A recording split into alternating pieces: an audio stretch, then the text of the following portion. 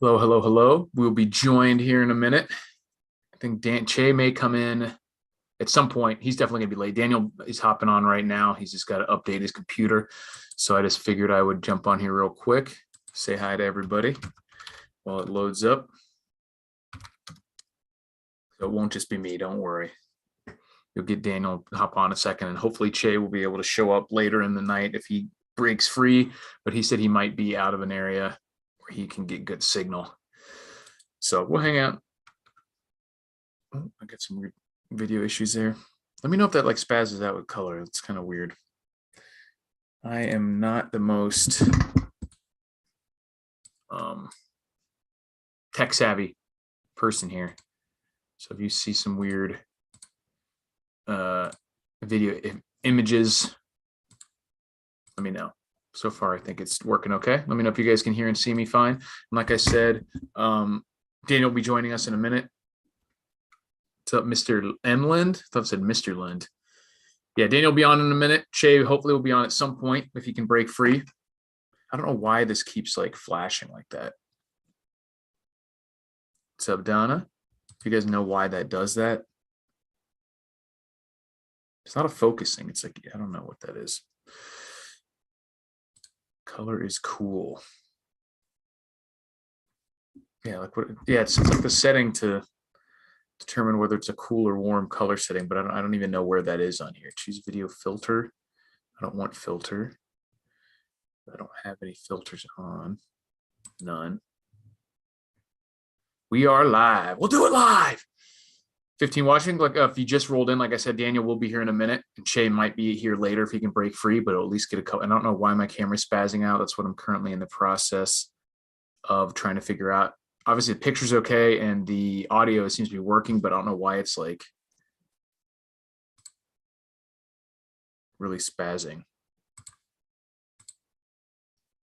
Very strange. That flickering. Never had that happen before. So if you got any ideas on that, let me know. It's working through Zoom. It is like my screen is changing the filter, and I'm not sure why that's doing that.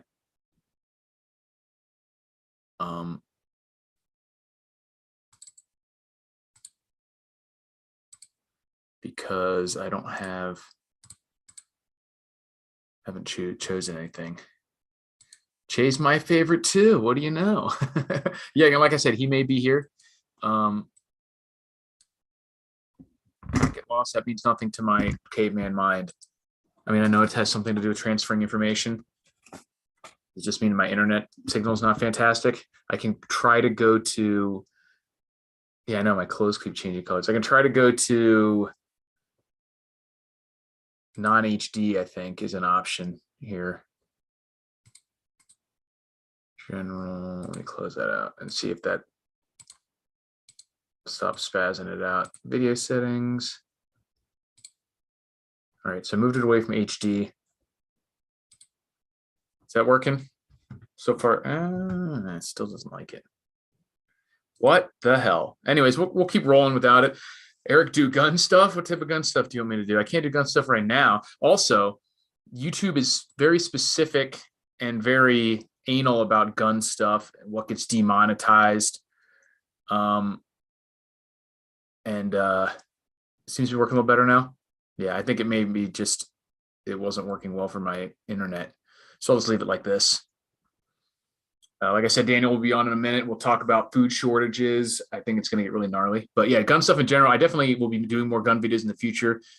But I have to be very careful because there's actually, when you go through monetization on YouTube, when you click a video to be monetized, you have to answer a bunch of questions like, does it contain any of this content? And there's very specific gun-related questions, which is really stupid and annoying.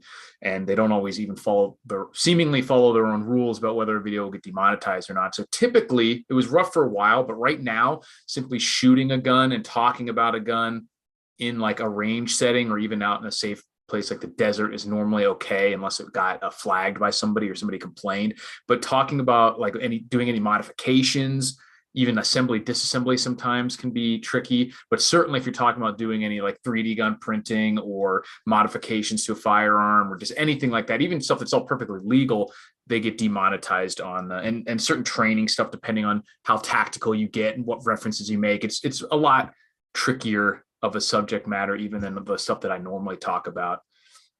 Have you looked into how easy it is to manufacture certain chemical agents?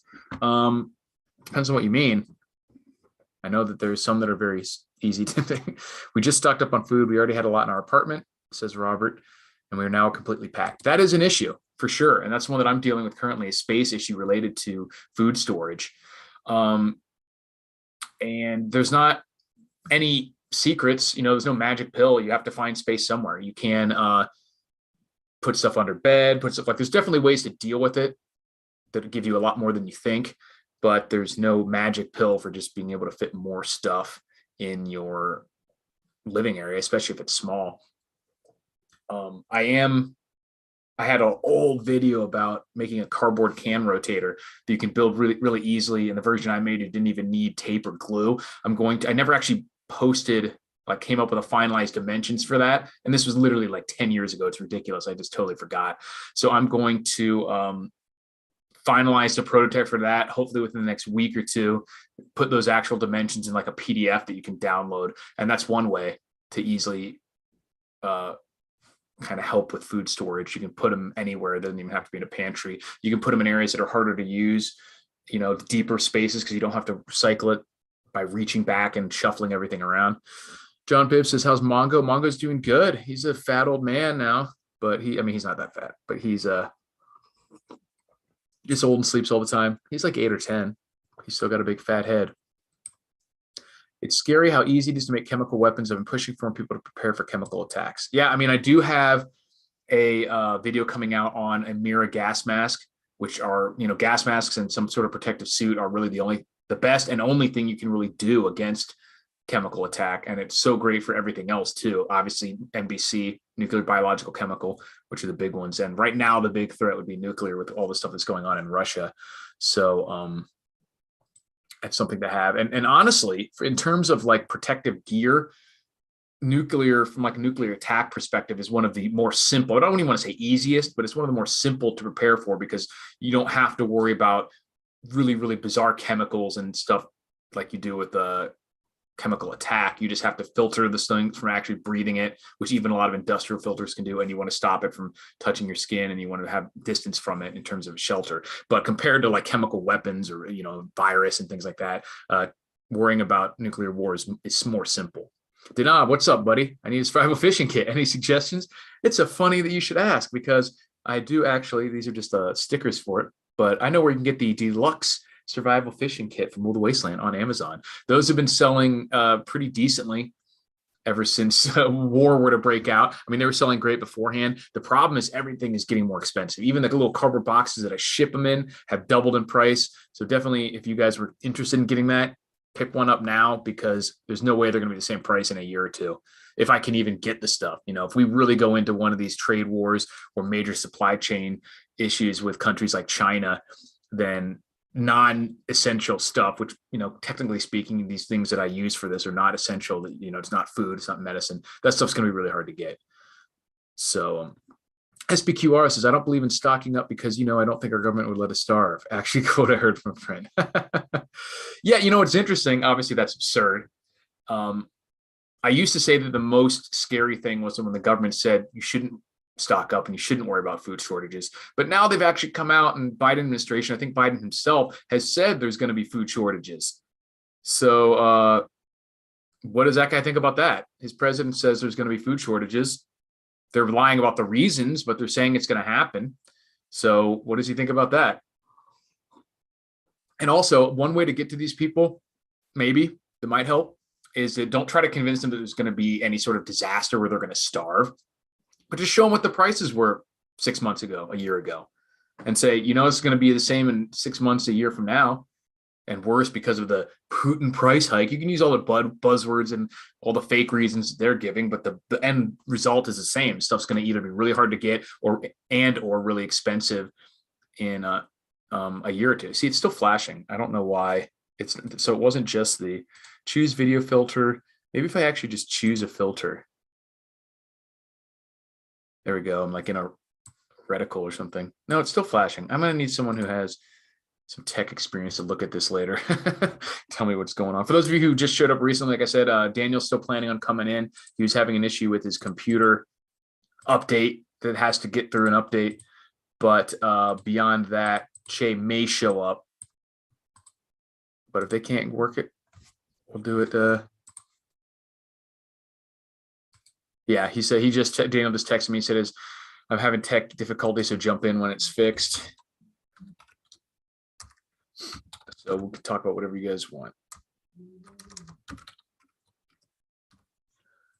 So we'll say, B. Williams says, the most terrifying words, I'm from the government, I'm here to help you. Yeah, except they're not even lying. I mean, I don't even know if they're saying they're here to help us now.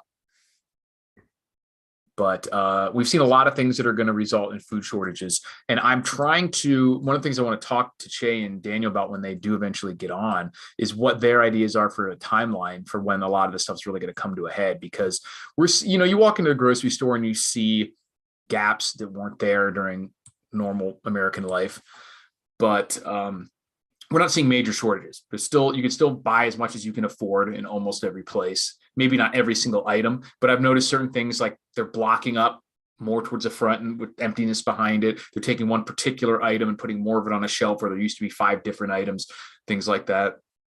But obviously the crops that are not being planted in areas like the Ukraine. I think someone mentioned in a video I recently watched that because as I mentioned before, Ukraine and Russia combined for like 20 to 30% of the global supply of wheat, among other things, but wheat specifically. And I think Ukraine normally plants like 30 million acres or something. And so far this season, they've only planted like 5. So that's a pretty huge reduction. A lot of fertilizer, potash, and urea and other things that are used for different fertilizers are not going to be coming out of there. We're seeing China, which I still don't know what the hell is going on in China.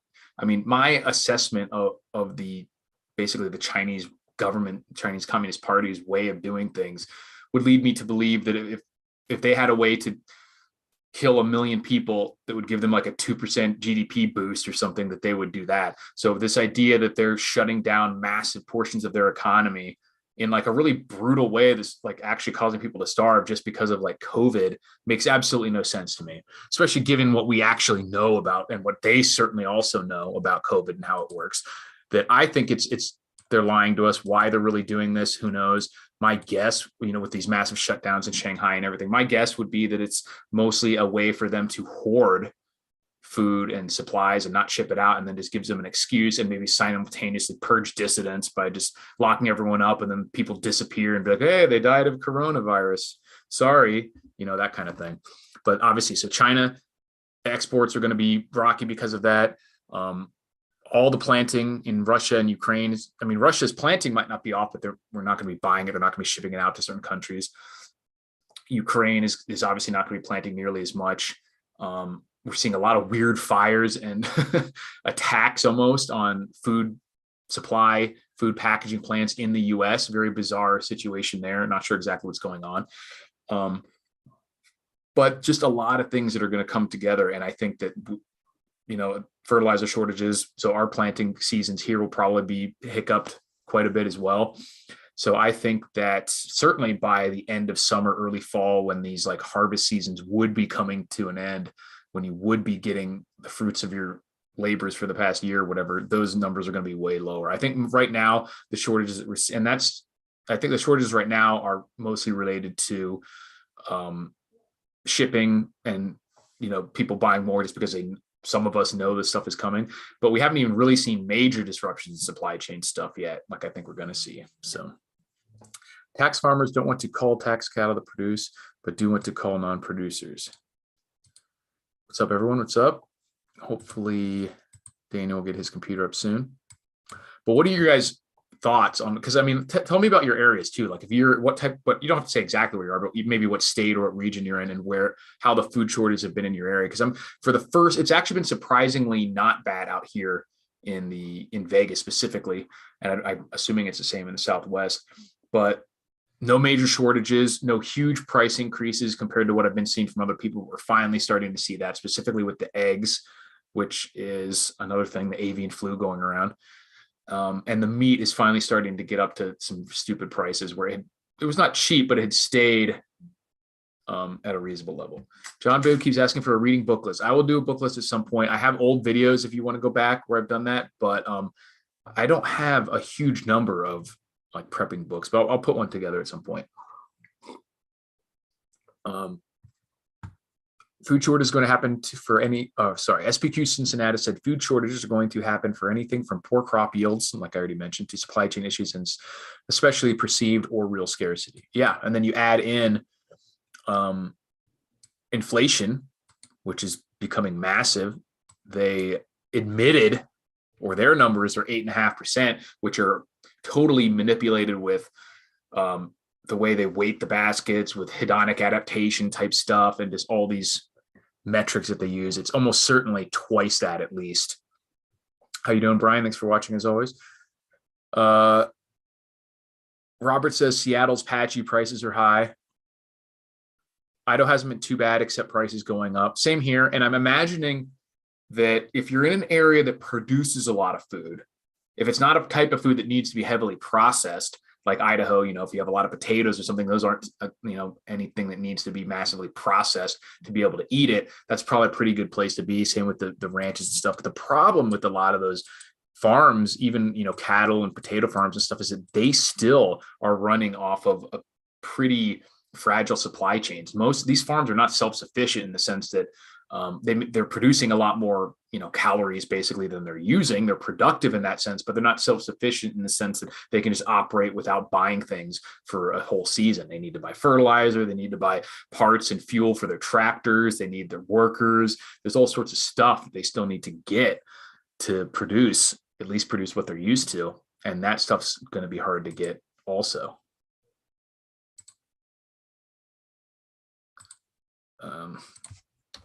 Looks like Daniel's having some major computer issues, so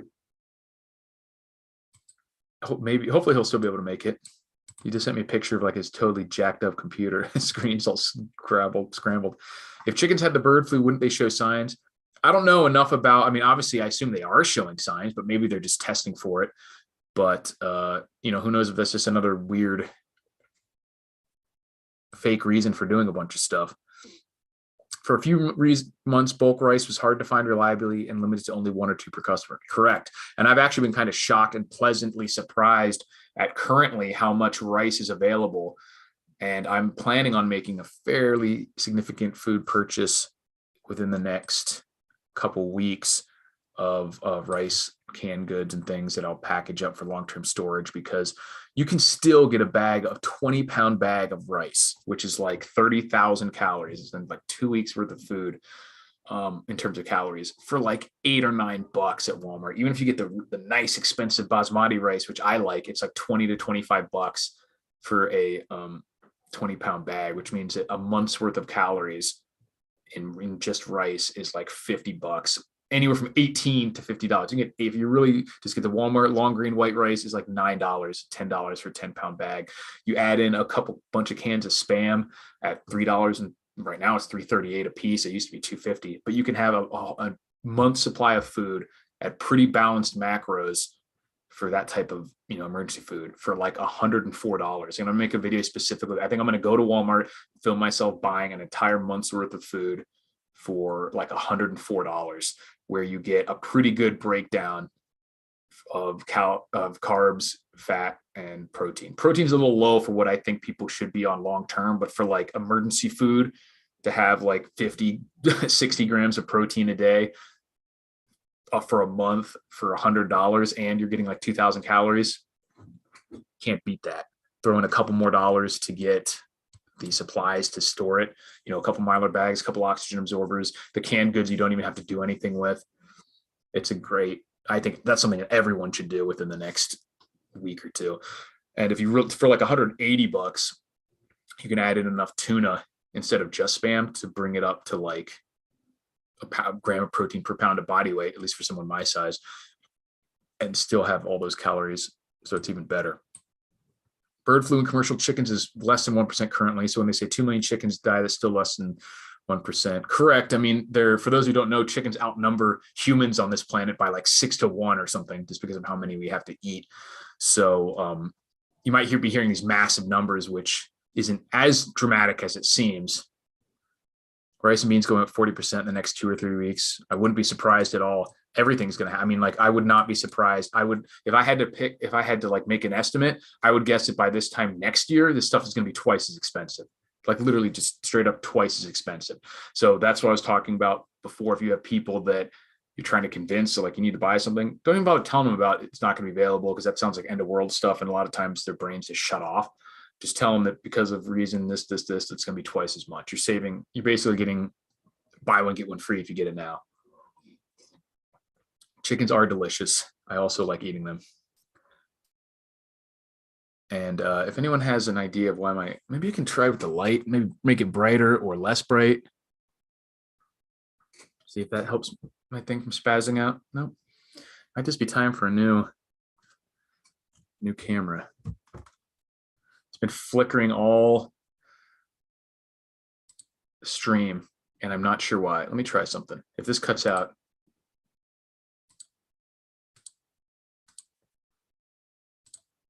So it didn't work. Hopefully it's working now. Tuna in water has been hard to find. Interesting, because luckily that's not the case here.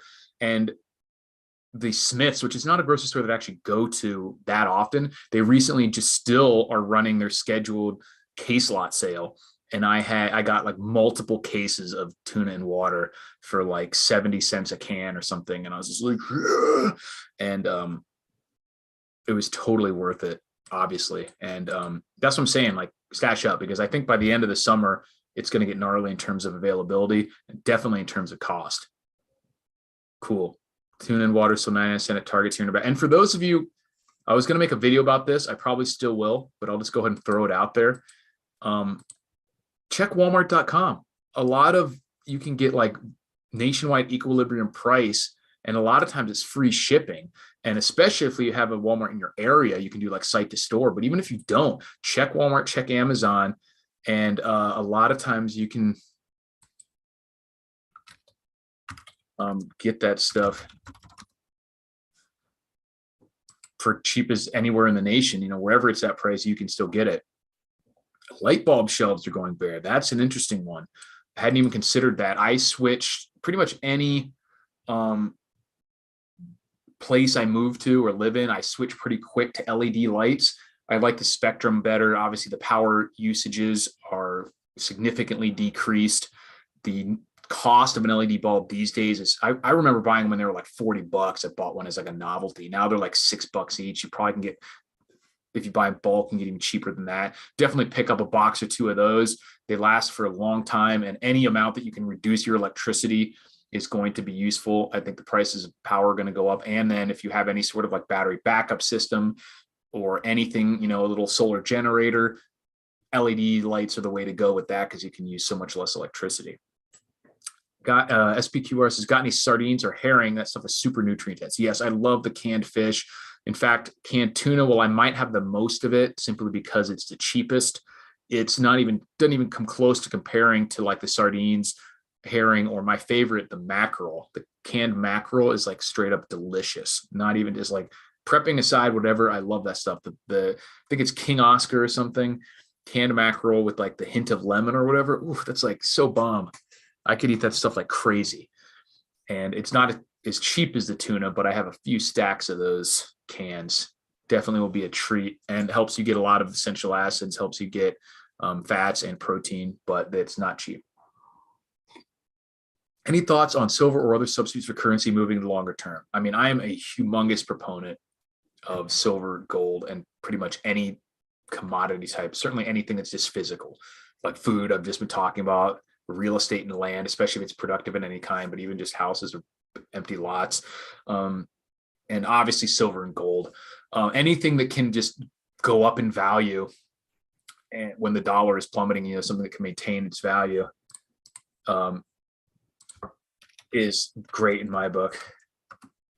I'm a huge fan of silver and gold, and I actually just made a video that I'm going to post probably upload it tonight. It'll show up tomorrow morning about why silver and gold hasn't gone up a lot yet, even in the face of like admitted basically double-digit inflation. Like everyone who's serious knows that those aren't the real numbers. So why hasn't gold and silver gone up so much or at all? And I think it's a blessing right now. I think we should basically stock up as much as possible in gold and silver after we get our basic food stuff stored away, because I think these things could go just insane as we move into actual currency crisis. We're seeing the world move away from the dollar faster than ever. Russia is specifically and directly moving into non-dollar trade in rubles with a bunch of countries.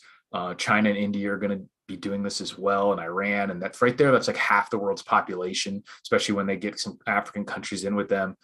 So what is the use of an empty plot of land as investment? I just think that anything that's not any physical item will continue to go up in price as the dollar continues to deteriorate in value. So as long as there's not a lot of carrying costs associated with it, really high property taxes in some areas, or if it's, maybe a mortgage property that's really expensive that you can't pay the payment, I think just having physical things, including just empty lots, is just better than just having cash or even having stocks, because I think stocks will be reduced.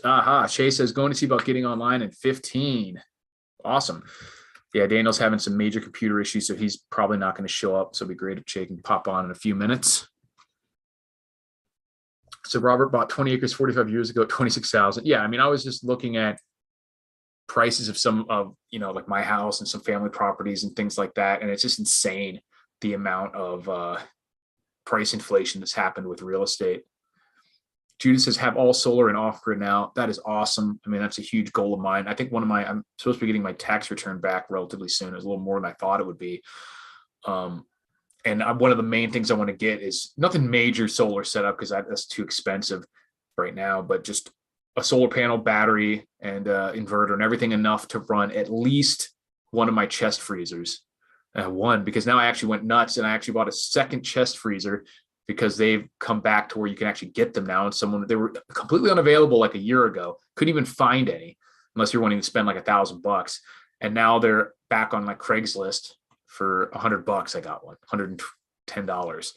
And so now I have two chest freezers, which I'm going to stuff with meats when it's available. And then I will be getting enough of a solar setup, hopefully within the next few weeks, to run one of the chest freezers enough to maintain, frozen foods in there, which is actually not too bad. They have a fairly high initial load when the compressor kicks on, but I think it's still less than 1,000 watts. And then you don't have to, it doesn't have to run 24/7. They're fairly well insulated. So as long as you can maintain a cool temperature in there, it doesn't have to run constantly. They're not too bad on power usage. And obviously any solar setup that I have that's enough to run that can run a lot of other smaller items as well, not simultaneously, but instead of that, if I need to, because if we were in a situation where the food supply was basically nil and the power was off, whatever I have in the chest freezer would probably be gone within a few weeks to a month.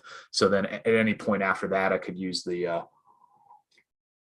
same solar setup to run fans and lights and little electronics and small power tools and just literally whatever else I wanted to do. So that's a huge goal of mine, is maybe get a pretty beefy, I want a compact system. So instead of getting like 300 watt panels, maybe I'll spring for one of the 320 watt or whatever they are, one or two of those, a couple batteries. I think for like $1,200 to $1,500, you can you could put together your own system that'll just blow those little units out of the water in terms of performance capabilities. They won't be as portable, but in terms of just how much juice you can generate, how much battery storage you'll have compared to like those little portable units that are $2,500, $3,000 for that same price, you could have a pretty substantial system if you buy all the components yourself. So I'll make a video about that and show what you can really get. And I wish I'd done this 2 or 3 years ago, because you could do it for $500 back then. I just got a houseboat on one of the biggest lakes in Texas. That's pretty cool. Definitely float out to the middle when the zombies come for you. Do you have to rent? I'm assuming you have to rent a spot, right? Or do you have property on the lake? Are you renting from someone or not? But that's pretty cool. That would be useful in terms of like any sort of, major pandemic where there was like 20, 30, 50% fatality rate. You just flow out to the middle of the lake and be like, don't come anywhere near me, mothers. Make sure you include wind power to supplement solar. I would like to, and it does get nice and windy out here, but the amount of just the cost in terms of how much I would have to pay to create a equal amount of electricity with wind is just not even close. And it's not nearly, more importantly, it's not nearly as reliable or consistent. I guess reliable is not the right word because it reliably generates power if it's windy, but it's not nearly as consistent. Like, that'll depend on where you live. But here in Vegas, it's so sunny so often that just, even though it's fairly windy fairly often, it's just not even close to be like a dollar spent. I would much rather just increase a solar array than to get a wind turbine. And also there's a lot of restrictions in non-shade fan times about what type of towers and booms and things you can put up in a suburban area. We lose much solar help from November to February, sunny days work, but not as much help. That makes sense. And then like I said, for those areas, you might look into wind, you might look into other types of generation. But for me out here in the Southwest, specifically Vegas, like solar is just like, we have 300 plus days of sun a year of like, and the ones in summer are like 12 hours, 14 hours of sun or something crazy. And like I said, right now I'm not trying to replace my entire normal electricity usage. I'm just trying to be able to, food storage is one of the more important things. And then small lights, small tools, recharging walkie-talkies and all those little batteries. But the main thing will just be running one of the chest freezers for sure. And maybe like a little hot plate. But I'm going to use the power of the sun to cook as well with the sun oven, which works fantastically out here for the same reason. UK here near London, not the safest location, methinks. Probably not, especially with what's going on with the rhetoric between UK, which is, I think, correct me if I'm wrong, but I'm pretty sure the UK government has recently said that they'd be threatening to use like a non-NATO nukes, like to just go off on their own and use tactical nukes against Russia if, certain things happen, which is like, hey, Jesus. Not the provocation I'd be wanting to see if I lived there, knowing that a single Russian missile can like blanket an area the size of Texas in like 50 megatons of hellfire. And the UK is a lot smaller than Texas. So not what I would be wanting to see.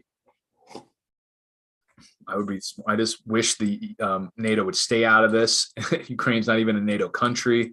I get that it's wrong for a country to be invaded, but this was not without provocations.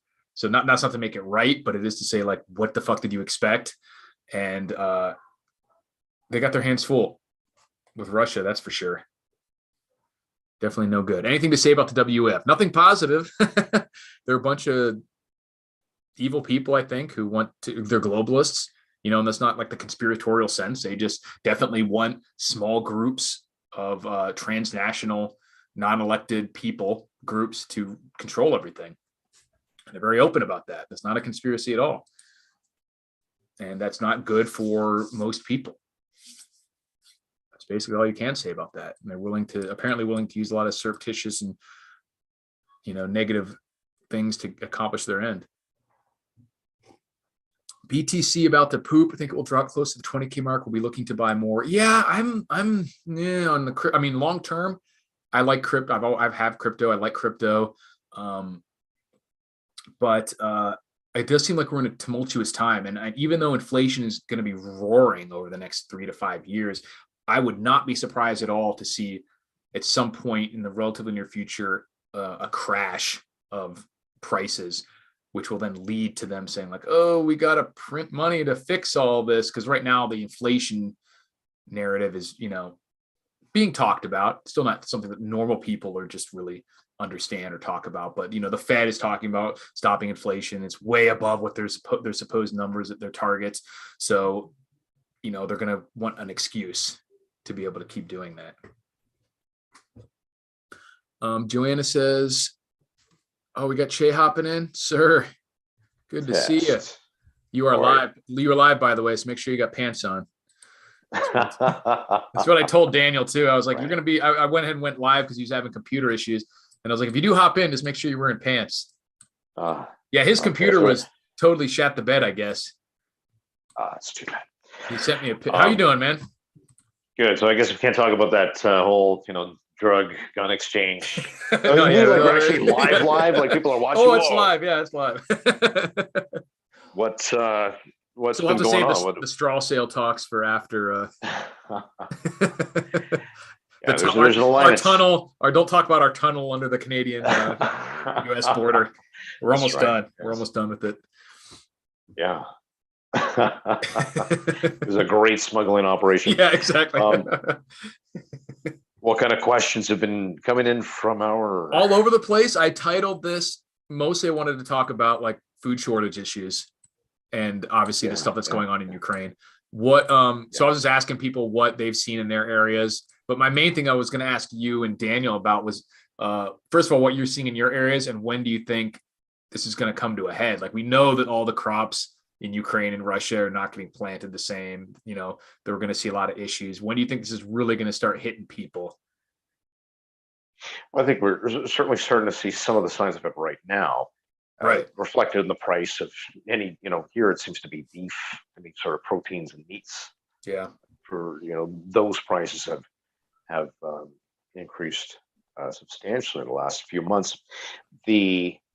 My understanding, though, is that there's a lot of it's mostly grains like wheat from the Ukraine. I'm not too sure what that's what I've heard. Yeah, but irrespective, irrespective of that, it'll certainly have a ripple effect because if you have one particular food that's just the spice, the price skyrockets, then it's going to affect everything else.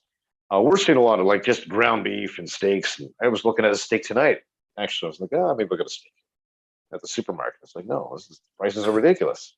Yeah, I was just mentioning that here, specifically in Vegas, at least, they're like you can't get the great deals anymore, but they're not as bad as I was expecting at this point. I already mentioned I got a second chest freezer, which I plan on cramming full of stuff because the prices are still tolerable. I mean, I can get steaks that aren't like the high end steaks, but they're not the dog food either. Just regular standard steaks for like $6.99, $7.99 a pound American. The chuck roast type stuff, even $4 a pound, which I think for right now that's like really good. And so I plan on stocking up on that. Yeah, it certainly expands into another area that I think some preppers may. There's an oversight in this one area because we talk about stocking up food, price of meat and whatnot.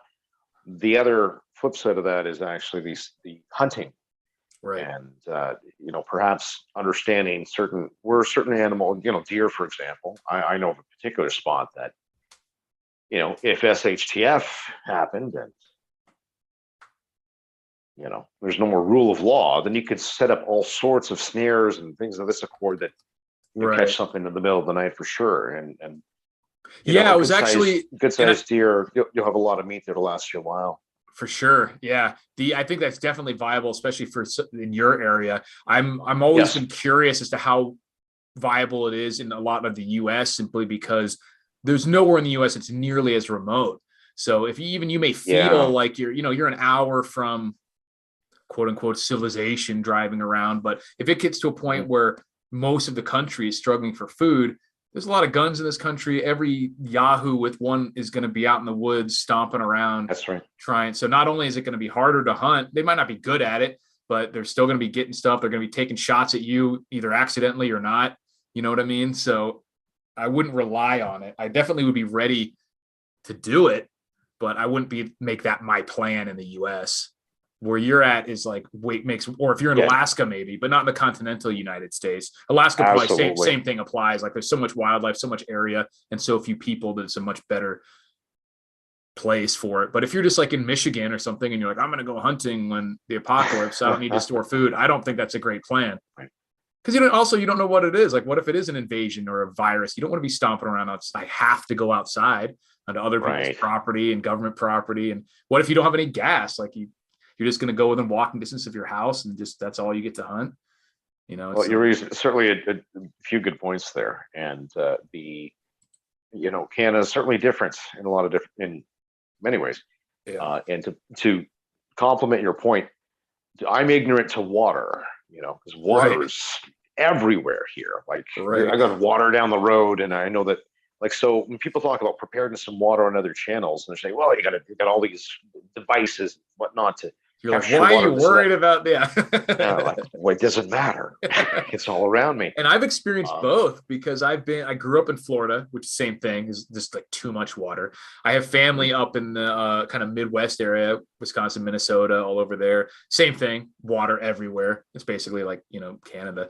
well, here's the part where I was ignorant, was that when I really took preparedness seriously, there was I literally didn't think about water, and it took me to I had to step outside of the box, realize, oh yes, it's very important to, it would be like the number one concern in other parts of North America, or at least Western society. Right. So our individual preparedness, actually, there's sort of a subjective dynamic to how that works, in Yeah, terms of like because right out here, there's nothing, so it would be a problem very quickly for people. And even in some of these other states that I mentioned, if you're not rural, if you're in the middle of a city, there's not just like lakes and stuff around. You're at least a few miles from water. right. So what, like, let's entertain the audience here. I've got a water plan. What's your rural? What's Eric's water plan? Well, I'm not rural. I'm pretty suburban right now. Okay, I thought you were okay. No, Cool. yeah. So I'm in a normal house in Vegas. So mine is, I have the pool, which thank God, that's like 12,000 gallons. And then I have a couple hundred more gallons in barrels that are closed up, in case so it can't get contaminated and whatnot. And I have scouted out areas. There is a natural spring, in one of the reserves about 10 miles from where I'm at. So I know there is a constant source there as well, but it's just storage is really the only thing you can do here, because I wouldn't want to be forced to go out in the desert into that spring, unless I really needed it. And then rain collection plan, which doesn't rain much, but one of the good things about the way when it does rain is the water doesn't soak in. It tends to collect in a lot of areas. So even in like a normal neighborhood, all the water runs to like one particular point where it goes into like a storm drain. So if you were to like dam that up, a huge portion of water would collect there when it did rain. It would be nasty water, runoff and everything, but be better than nothing. But yeah, so my main plan is storage, and then scouting out site. I have sites pre-scouted out where I know I can get more if I need it. Yeah, that's well. So that would certainly where you'd place them in terms of importance, it would jump up very quickly, because for years I really didn't think about it as a prepper. It was just like, oh, water, this water, whatever, water. Yeah. And it really, your location where you are as a prepper really dictates subjectively what you should focus on as being super important, and what maybe is overrated in your mind because Right. you're surrounded by it. So, but back to food. So, yeah, it's I don't know. I don't have a crystal ball. It certainly, we're going to see a lot of. Go for it. Yeah, I was just going to say my guess would be whenever this season, whatever's being planted right now is probably being stunted, not enough fertilizer. So I'm guessing whenever this season's crops would be harvested and it's a lot less than it's supposed to be, that would be a guess, but it certainly could happen before that, because there's so many other aspects of it beyond just the harvest. There's the gas and the transportation, there's shortage of the fertilizers and all various components that you need for tractors, for chemicals, for everything. You know what I mean? It could be anything. It could be all of it. Right. Well, let's look at a worst case scenario. The price, it wouldn't so much that it would run out of certain things. It would, I think it would just get very expensive. So the price, right.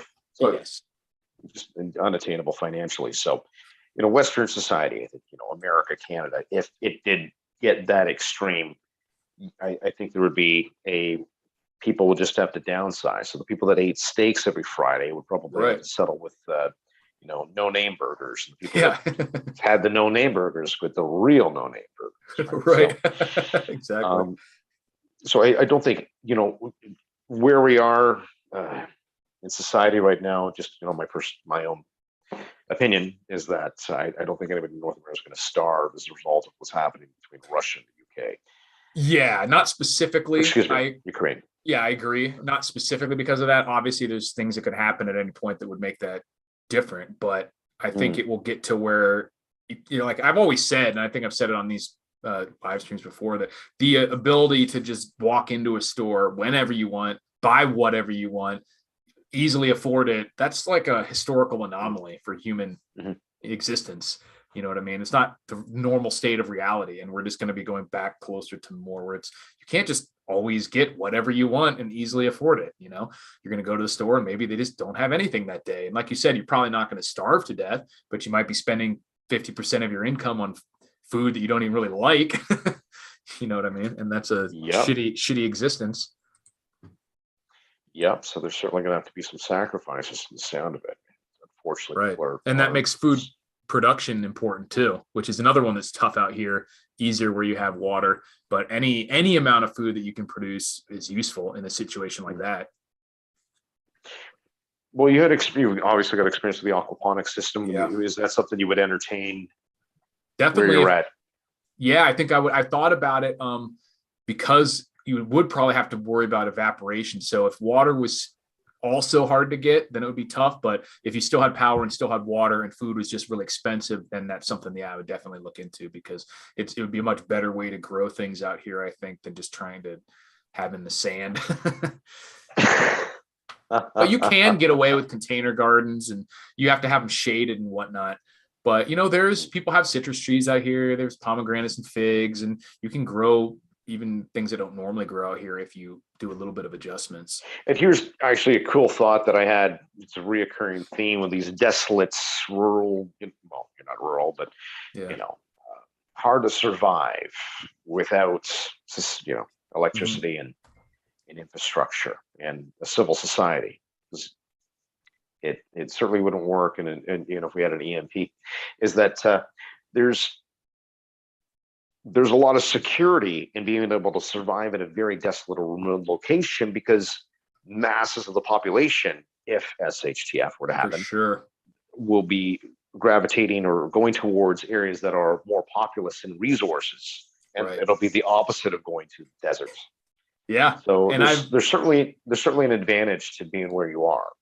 Yeah, and I've mentioned that before. I think that if you're in an inhospitable place, it's sort of a double-edged sword, because it's much harder to survive, like you mentioned. But once everyone who's just living there under normal times is either dead or left, no one's just going to wander out there and let's see if there's anything to find out. If you live in like this way out in the middle of a plain in Wyoming or Nebraska, or out here in the desert, or somewhere where it's just bitterly, bitterly cold, like if you're already set up to survive there, you're probably not going to have to mess with a lot of people. That's right. Because no one's going to wander out there this big. Let me just wander around the Canadian tundra to see if there's a trapper's cabin up here that I can get some stuff out of. You know what I mean? They're going to be looking in the cities or moving south where the weather is more survivable.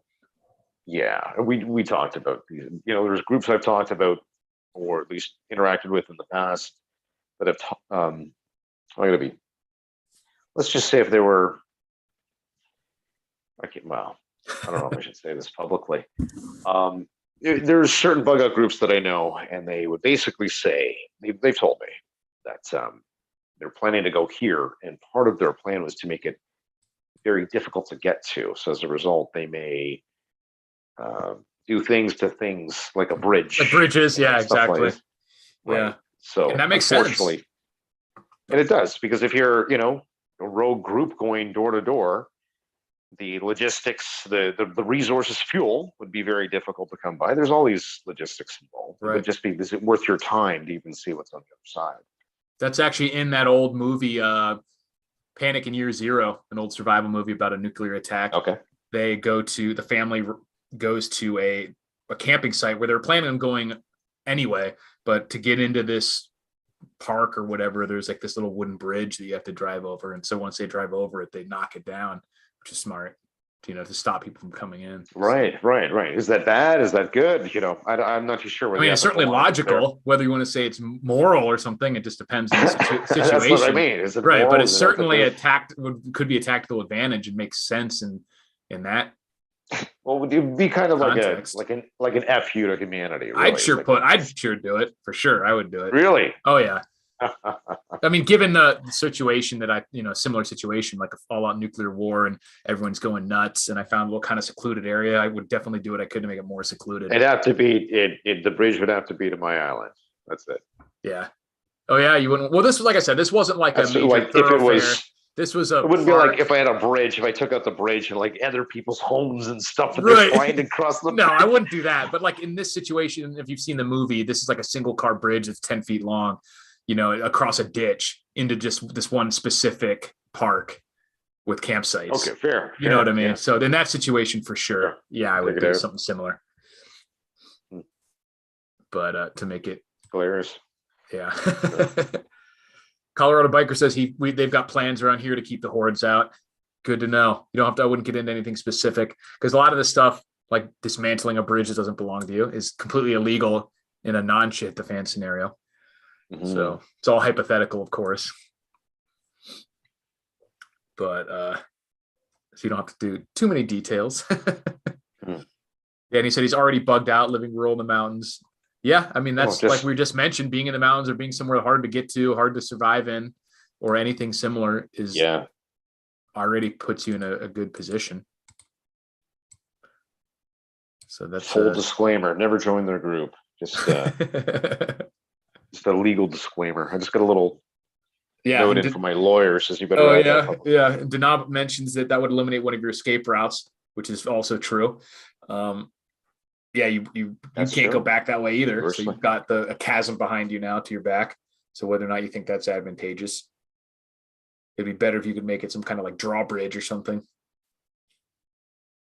Well, historically, there was who burned the ships when they reached a certain. Yeah, the Greeks, right? Yeah, which I forget which one. Yeah, so they couldn't go home, burn the ships. Like, you got to win now. Right. Got to get their ships. Right, exactly. No quitters. Yeah. So certainly a psychological. I think I would still like park somewhere on the corner and then just be like, show them a couple burned ships. Be like, oh yeah, that's all of them. Just keep them just in case. I'm a prepper, I like to have backups. Right. But I guess that's the whole point, right? It's the mindset is you burn the ships. So that's why I'm not a great military commander, I guess.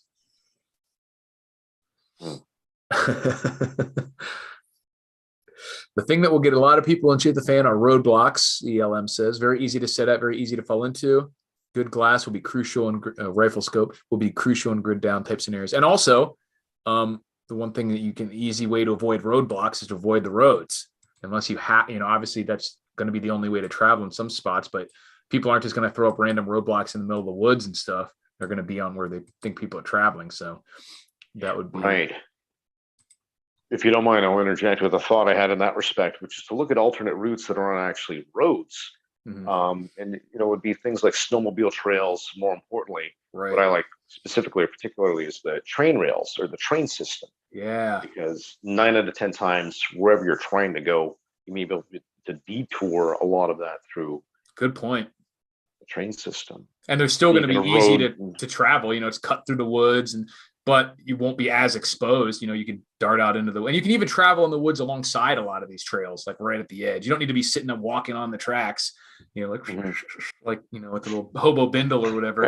Yeah, I would be down on the edge, just outside the wood line, so you can walk easily. But you can duck back in and walk, avoiding corners. And once you get along straightaway, you can like they mentioned the glass. You can take a peek ahead with your rifle scope or something. And traveling at night. Well, if it was me, I'd get one of those trucks that they have that are modified that fit on the rails. Yeah, yeah. Colorado Biker. Hypothetically, hot wire it. And, there's your right. What's Colorado Biker have to say? He mentions power lines as well for the same reason. They cut a lot of these rural power lines. The big ones will cut large swaths through the woods, where you'll just be marching through grass basically in a pretty isolated place. And the good thing is it gives you something to follow. It's going to another city area. It's not just taking you off into the middle of the woods. Corey Kooky Kendall, if I'm saying that right, give $20 super chat. I appreciate that. Let me know if you have any questions or topics that you want us to cover specifically. Thank you for this. Well, let me, very cool. Thank you very much. To compliment what Colorado Biker had just mentioned with respect to the power lines, that gave me an idea with a dark prepper mindset video in terms of like that would be one thing that you'd have to remove if you have your location and there's existing power now. Criminals could just follow the hydro lines to find out where houses are. True. So you'd want a way to disable the lines leading to wherever your location is, or have them buried, beforehand. Oh, all ours are. They don't have any underground ones. Yeah. Wow. Yeah. So if the power's out, you could just lay it down, I guess. Not worry about it. Well, I mean, this is like if it was a major situation, right? Like yeah. Total, So there's nothing that leads for them to think there's even a property. Exactly. Exactly. Yeah. That makes sense. And then you could cover the front of the rural driveway or whatever, and then there just wouldn't look like there's even a driveway down that way.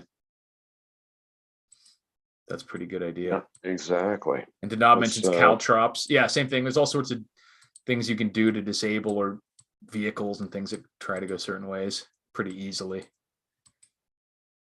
They're not too hard, which sucks if you have a vehicle. It's pretty easy to mess with them. But if you're trying to stop them, it's not that hard usually, unless they're pretty substantial.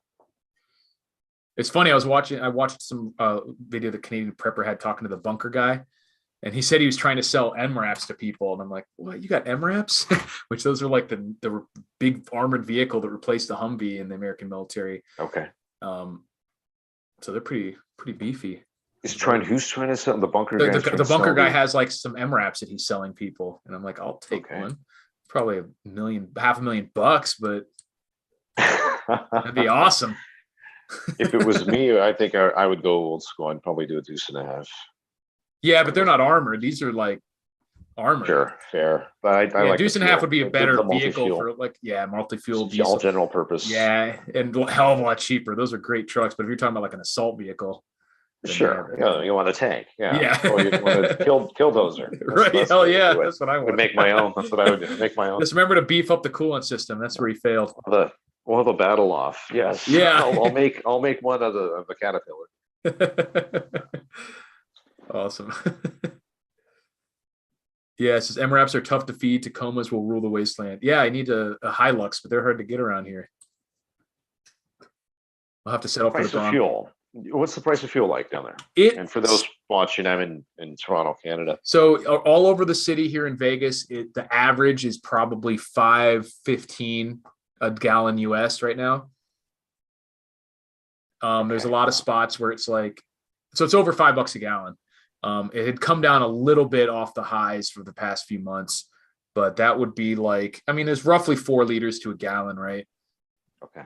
So it's over. Yeah. It's like maybe somebody in the comments will convert that to liters for me. And yeah, like a $1.30 a liter, I guess, US, something like that. US to CAD. Yeah. So what was it? It was like $2 a liter here for diesel. That's more than here, but not by much, not by much anymore. You know what I mean? Like the prices are crazy.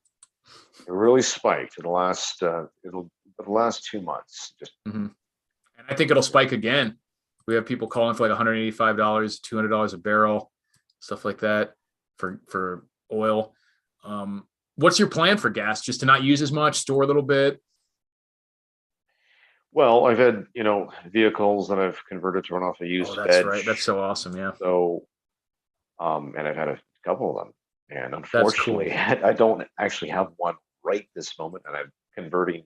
I got to swap out an engine in one, but long story short, nice. A lot of work. Long story short, I'm stuck purchasing the diesel for the next little while. So it's rough. It stings. Yeah, I believe it. My plan is just hopefully not have to drive that much. I keeping the gas tanks full, and I have only about 20 gallons of additional storage in cans. Not crazy, but it's extremely useful. The Bronco itself has a 32-gallon tank, so I keep that topped off. That's expensive to fill. And so I keep all the vehicles full and never let them get below about 3/4. And then I've got about 20 gallons in storage. That's awesome. But yeah, that's the plan. That reminds me, just to interject with a quick story, if you don't mind.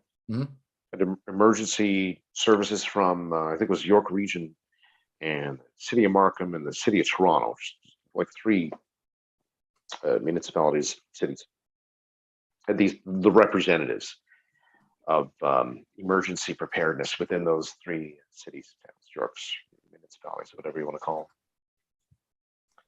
And they gave their spiel, and they're talking about emergency preparedness to a room filled with preppers. It was an event that I hosted or ran some years ago, and I asked them that very question, or at least to jump on what you were saying about fuel. I keep my fuel this and this and this. It was one of the recommendations in the files that they gave to the public.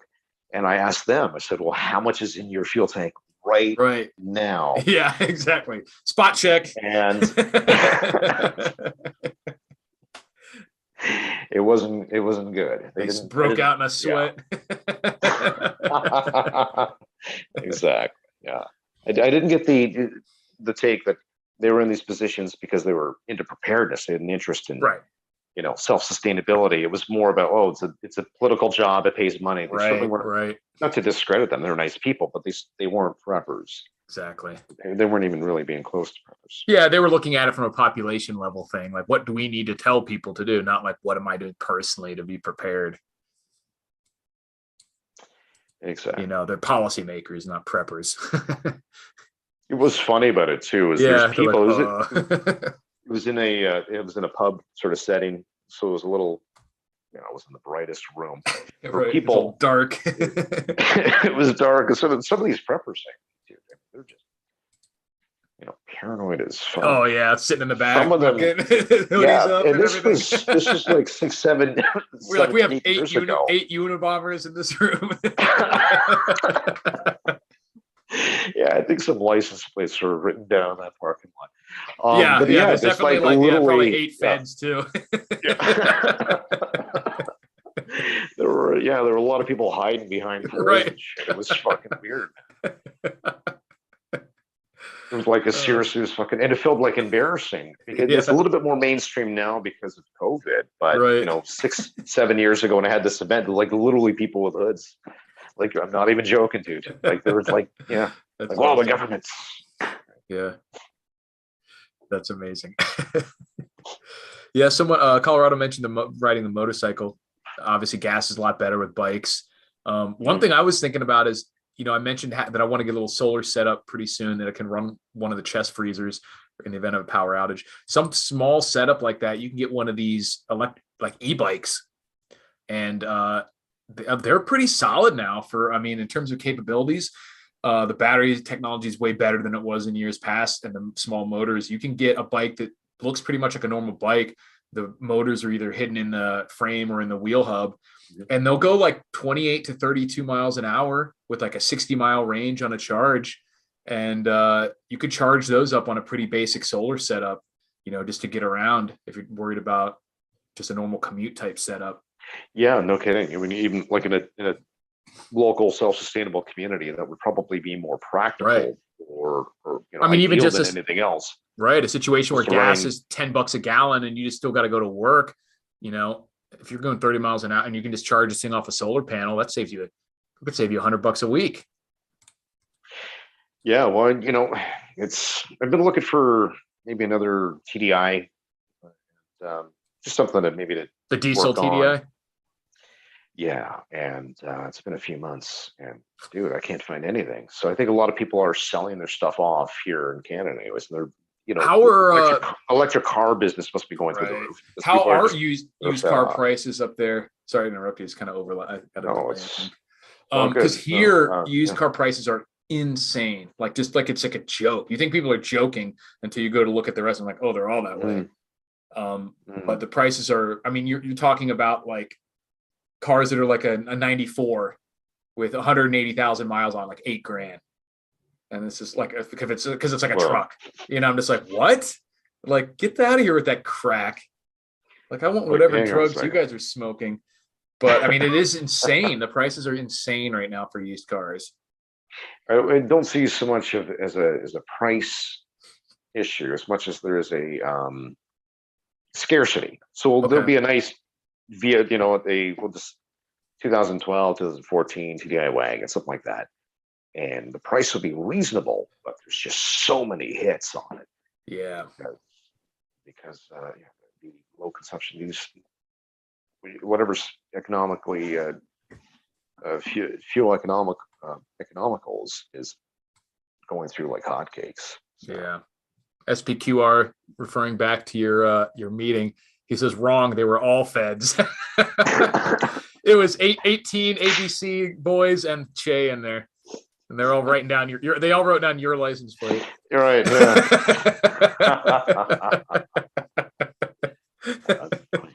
It was like 15 feds. We had Man. listen. I don't want to get political or Sure you do. Go for it.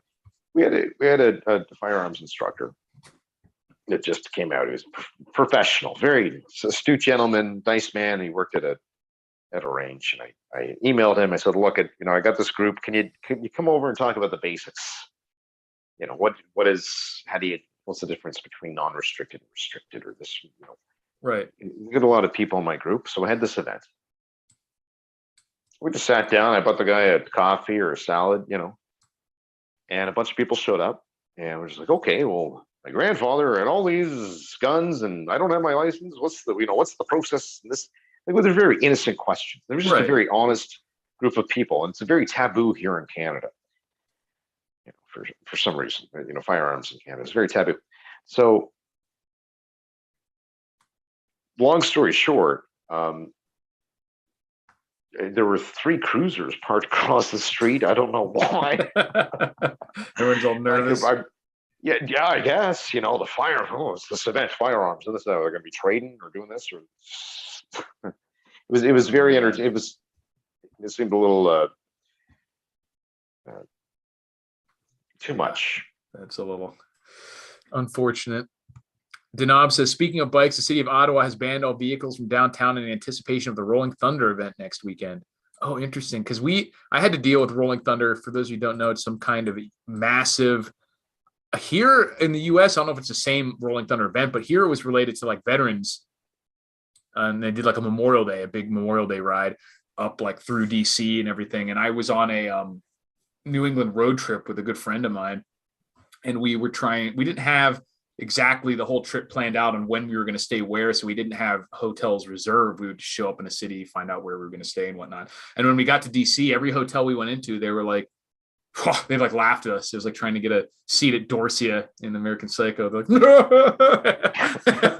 I'd like a room for tonight. Like, it's Rolling Thunder, sir. I'm like, what the fuck is Rolling Thunder? And they kept saying it. And then we had to keep going further west or away from DC. And we'd pull into like a hotel. We just see motorcycles everywhere. Like, next one. And we had to go 60 miles outside of DC before we found one that had one room left. And then, we just go on the side of the road, man. Yeah, well, we were in like a little Ford. Yeah. It's a funny story. Yeah. It was pretty interesting. So, so I'm assuming that's the same type of thing that's happening up there. But I don't know if it's specifically veterans related to it, same group, whatnot. I don't know. But it's just a huge, like thousands of people on motorcycles doing like a big parade. Like, pretty cool. We certainly have our cults, I mean, like there's a small town, I want to say Fort Dover. And there's a biker in the 80s that went down there on Friday the 13th. He started some sort of tradition or this ritual that from this day forward, every Friday the 13th, we're going to Port Dover. It's just a little rural town. And that became like, there's bikers that show up. There's fucking snow everywhere. They're driving bikes. Just look at like a dozen bikers that show up on Friday the 13th in this town. And in the summertime, it draws thousands. Yeah, that's like Sturgis or something, like this random city in South Dakota that does this like huge annual biker rally in the US. Of course, there's like nothing there, it's up by like Deadwood, but I mean, obviously South Dakota is never a whole lot there. You have the Hells Angels down there. Yeah, that's mostly in like California and stuff. And I mean, they're nothing like they used to be in the 80s and stuff, but they still exist. You have any contacts in that way? Nope. I wish. That'd be pretty cool. If I need to move, heavy, big weight and meth or something, I want someone to talk to. I might come across a storage unit with a couple, some mad weight in it. Need to get that stuff. I was sold. just thinking about the resources that might have post SHTF. Because I don't know if I'd want like a gang of bikers knowing when I have water and food. No, but if they were on your side, if they knew you Right. and you were connected with them, what kind of resources they would have, Yeah, to, Colorado says the Mongols and Banditos are more in the Vegas area. There's another one too that I've seen. That I don't think it's a big one, but I've seen their jackets. I forget the name that they're out here. banditos. The Banditos, yeah. 8K or AR, 18-inch or 14.5. If you had to grab only one. I mean, what I have, I don't even own an AK right now, which sucks because I really like them. I do have an SKS, so I guess that kind of answers that question. I have I just got a CMMG Banshee not too long ago, which is an AR pistol, so it's a short in the short end, and that's the go-to right now. I think the possibility that I'm going to have to do anything over 100 to 200 yards is a lot. It's pretty slim, and definitely having something that's lighter and easier to maneuver indoors is more of an advantage. But I have slightly larger AR. I have a bolt action 308 too, so I'd love to get like an AR-10, so I could get through some rifle plates. But Next one I think is on my list is going to be a Ruger. It's called a 1022 takedown. yeah, It's those are just a cool. little, I have a 1022, but it's not the takedown. But 1022 is great. Wordable, yeah. But what I did get, which is playing mostly for bug out where I can't take, too many guns, is I got Sure. the replaceable, it's a conversion kit for the AR. So you replace the bolt carrier group and you can shoot 22 long rifle. All you need is that bolt carrier group and new magazines, and then you're shooting exactly like you would. Takes literally 10 seconds. It's a 22 long rifle conversion kit. Right. I know there's a system called Excalibur. There's different brands. Yeah. I think I just have the CMMG one. You literally just slide out the bolt carrier group, slide the new one in, get your new magazines, and you're shooting. Because 223 and 22, the barrel is the same. Right. This particular system, I think it's adapted for a 12 gauge shotgun, and you can shoot a lot of different things by putting something right into the. Oh yeah, that you could shoot all sorts of stuff in that. Yeah, but anyways, but just the ability to you could basically have a second gun that you can carry, and you can carry, something like 10,000 rounds of 22 long rifle pretty easily in a vehicle or something. And I think another advantage is that once you swap it out, it looks a lot better for like force projection purposes than just holding a 22, like 1022 or any. So, you still looks like you have an AR. You can't tell one bit from the outside that you've done the conversion to 22 because the magazines are the same size, so there's no way to tell. So it's a lot better for intimidation purposes too. That's exactly what I was going to say. Absolutely, it is. Yeah, there's a Mossberg. This was a T50. I forget the model, but anyways, it's made to sort of look tactical, I guess we'll say. Right. And it's just a semi-auto 22, and it if you don't looks a lot scarier, right? It's all plastic. It's just a 715T, I think is what it's called. But I mean, honestly, if anything, as long as it goes bang and you've trained with it and you're good with it, it's better than nothing for sure. Absolutely. Well, yeah, and certainly should be a part of everybody's arsenal, regardless of where you're at or what you're doing with prepping. Is security should be. And for hunting small game and all sorts of other things like that, and just the price, and it's good for training. You can run a lot of drills with that conversion kit in. And everything's going to work exactly the same, but you're shooting 22 for 10 cents, 8 or 9 cents a round instead of 60 cents a round. Exactly. And people, we all sort of learn in our own different ways. You don't got to consider how common the ammunition is, the price of the ammunition, corrosive, things sort of factor into the weight. How many rounds of 308 you have compared to 22, and if you're hiking for miles and miles. And that's my main reason why I have 223 right now, or 556 rather, as my main kind of like go-to gun. It's just because the price and weight that you can have, like the amount of that you can carry versus like 308, which I'd love to have an AR-10. I think obviously it's just more powerful. It's amazing, but it's just so much more expensive, and you can't carry nearly as much for the same weight. Sure. Yeah. For me, it's. I wouldn't think of it so much as security as much as hunting small game, because I'd like to think that I'd be ahead of the crowd. If we had some real bad shit at the fan situation, then I wouldn't be, in the mall staring at my phone going, oh, what is this? Like the True. last person. So I'd probably stick with 22 for the most part. And Yeah. the reason it's the price, the weights.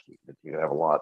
You can certainly carry 10, but most importantly, there's one thing that kind of stuck with me. I forgot who said it, but if you could anything in North America, if you shoot it with a 22 in the head, then Yeah, right in the eyeball. Like obviously, if you got a moose or something, you'd be a little sweating okay, it. But, fair. yeah, but Sure. still, you can Sure. certainly kill it with. It's still going to go in. You can still hit the Yes. heart. You can still hit the eye and the brain. Right. Whatever. So you could still perform the actions, just may Right. not be as effective. Right.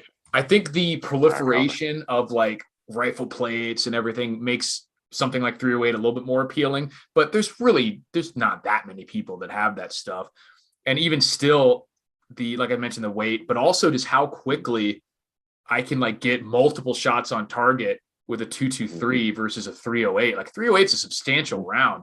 If you're you know what I mean? Like that's right. Like with a 5.56, it barely moves. You can like pepper some guys, entire face with like 5 shots before you get like 1 shot back on target with a 308, right. Unless you're really shotgun, good. That's why I think I'd prefer a 20 gauge over like a 12 because it's more common. No, it's not more common than 12, but it's more common than the other gauges. You're like you said with the 3 going, right. Put your bolts in and aim and all this, right? And you got to know what you're doing when you're holding these big rifles because, you'll take your shoulder out. You'll feel sore the next day. Yeah. So, but I definitely like the 308, and I'm definitely the plan is to get a AR-10 at some point. Cool. To have some more. I mean, I have a 308, but it's a bolt action. So that's my current sniper rifle, if you will, / hunting rifle. Cool. Bams says, I prefer the 470 Nitro Express. Yeah, don't we all? Got to take down a T-Rex or something. Get the old elephant guns. Those are those videos where the guys, like, it just shoots out. The whole gun, like, launches from their hands. Yeah. It's hilarious. Yeah. A little too much power. I love those compilations of the guns like flying out of people's hands and exploding to pieces, and they're just like they stand there like, I don't oh, want to what? watch. It's too much because you see these things and they're like people stupid with guns and they're just too foolish. It's like no, you gotta or they hold them. They're standing like straight up, so it just knocks them back. So Earthwatcher says, what are Mosins going for these days? Man, I don't remember, but I remember my buddy bought one. I don't think I bought one. If I did, I sold it to him back in the day, but they were like $60. I got a Mosin for $60 back in like 2005 or 6 or something. It was awesome. Pretty great. Keltec sub 2000 is a great option too. Yeah, any of that stuff that takes Glock mags.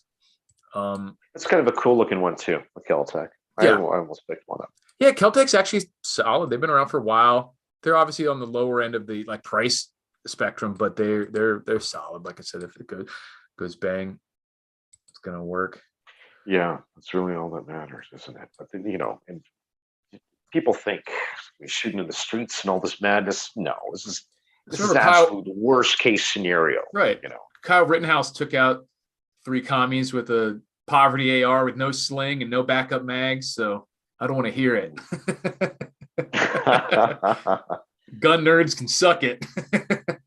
But yes, obviously always higher quality, stuff is better, but you're talking about marginal returns, not that there's some like any gun that isn't total trash can get the job done.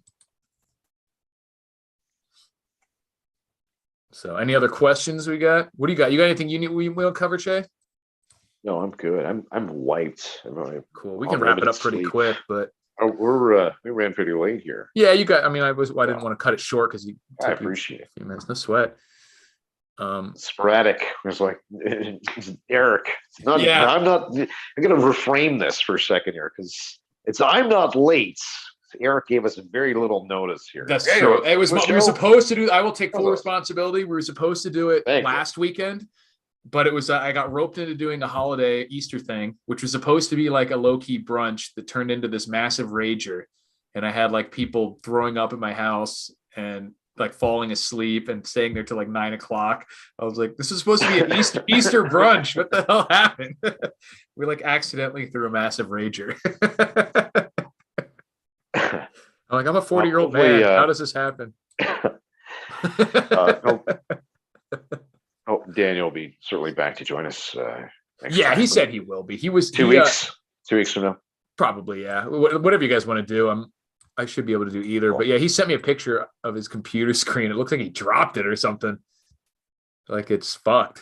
It looked like on Facebook you guys were, you got the link and everything was going back and forth. Then he dropped his computer. What happened exactly? No, he said it was an update. But then I mean, he might have gotten pissed and smashed it. Can we see a photo? Let's see the photo. I don't want to share. I don't want to air his dirty laundry. If that wasn't okay. Sent. He can tell us what happened next time. But it looks jacked up. Oh, there you go. Cliffhanger. Yeah, right. Come back for the true story. Come back next time to see the Oh, shit hit the fan. The rage. Yeah, rage against the machine. CLM said, "Is that a Bowflex? They're like antiques now." Here's a question: could you make an actual bow out of your Bowflex if you needed to? You can shoot a moose. The what? It's very effective with PVC. The plastic. PVC works pretty well. Yes, yeah. I've got buddies that do workshops everybody makes their own bow. Wow. But yeah, I would use wood. What do you mean? Yeah. Here's the thing: in Canada, 75% of our landscape is wilderness. Right. We're a big country. We got a lot of wood. It's huge. I would, and I've done. I showed you guys a crossbow there a few months ago, right? So, yeah. Yeah. Well, I guess yes. But to answer your question, yes, both flex might work. Maybe you could make like not a trebuchet, but one of those like scorpions, like a giant crossbow. Is that what they call it in medieval times? Those called scorpions. Right. You could make one of those. If we go back to melee weapons. So Denab says if brunch at Eric's turns into a rager, what happens when he throws an actual party? You can't handle it. That's what happens. Out of control, sir. Is he streaming out of an alleyway? Am I? No, this is actually. I know you guys have seen this before. Are you ready for this? You ready for reality to be warped? This is this is a cloth. It's a fabric backdrop. Oh, you can control time. Like Doctor Strange over here. He's warping space time. Yeah. Oh, Colorado Biker says it's called a ballista. Yeah. Or you could make some kind of trebuchet or something out of it. Well, that's just you don't even need anything flexible for trebuchet. You just need a rope. Because they're the counterbalance one that just throws it. You can make a catapult. Well, you'd have to have a lot of time in your hands to make one of those. Yeah, I mean the internet's out because the shit hit the fan. What are you gonna do? You make catapults. Yeah, make catapults and trebuchets and ballistas. Yeah, with your workout equipment. No. When you say manure fireballs. Yeah, why not? Yeah, right. Why not cover them in flaming shit? Yeah, it might work. Because they're just like, you know what? Forget it. I'm gonna go try somewhere else. I'd certainly run away. Yeah, I'm gonna see if the McDonald's has any frozen apple pies left in there still. Slammed with that. Well, that's a good point. What would you use for your ammunition? Are you gonna put big boulders? You're gonna waste your whole day moving a big boulder. Yeah, you got to use big boulders, or I think it'd probably be easier to use like something that you could, light on fire. Maybe make some of that styrofoam napalm or something. Nasty, man. Or they used to use like diseased bodies, right, and launch them back out at people, or launch them into the keeps to try and get people down. No, that's I think I've got to keep it civil. Like, okay. I wouldn't use chemical warfare on people. Really? It depends. If they'd started it. Oh, really? You would? It depends on if I'm just sitting there in my compound and I start getting besieged. Well, that's fair. Everything's fair game. I don't believe in an eye for an eye. I believe in 2 eyes for an eye. So they're gonna get my worst, man, if they come at me. But I wouldn't start it. You know what I mean? This is they have a chance to leave. They wanted this. If they came at me. Colorado Biker says, on the family ranch in Nebraska, we made a giant ballista from an old combine harvester, leaf springs, and I-beam steel cable and come along. He said, launched a 2-inch section of pipe almost a mile. Some poor old guys like farming his field is just like with a harpoon, like next state over. Like, ah! That's pretty awesome, though. Good experience. That's hilarious. Yeah. Yeah.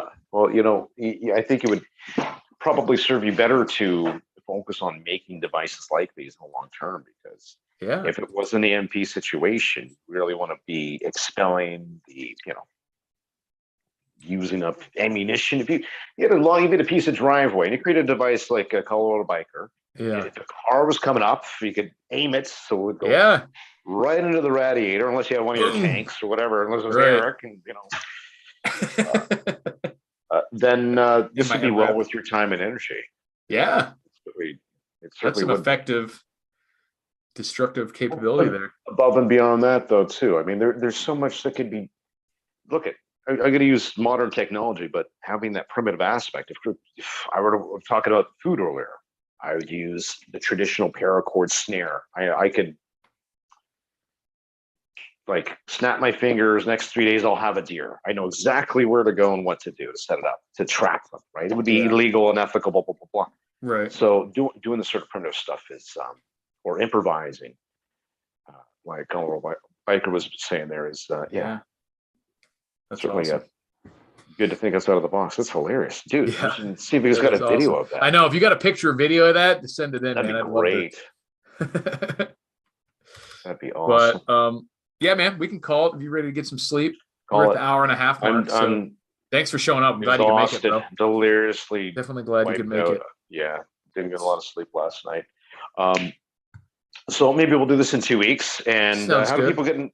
If Colorado Biker wants to send you a video or a photo, rulethewasteland@gmail.com. I'm not great about checking it daily, but I do always check it. So if you don't get a response in a day or two, don't worry, I will check it. But yeah, rulethewasteland@gmail.com. So we'll see.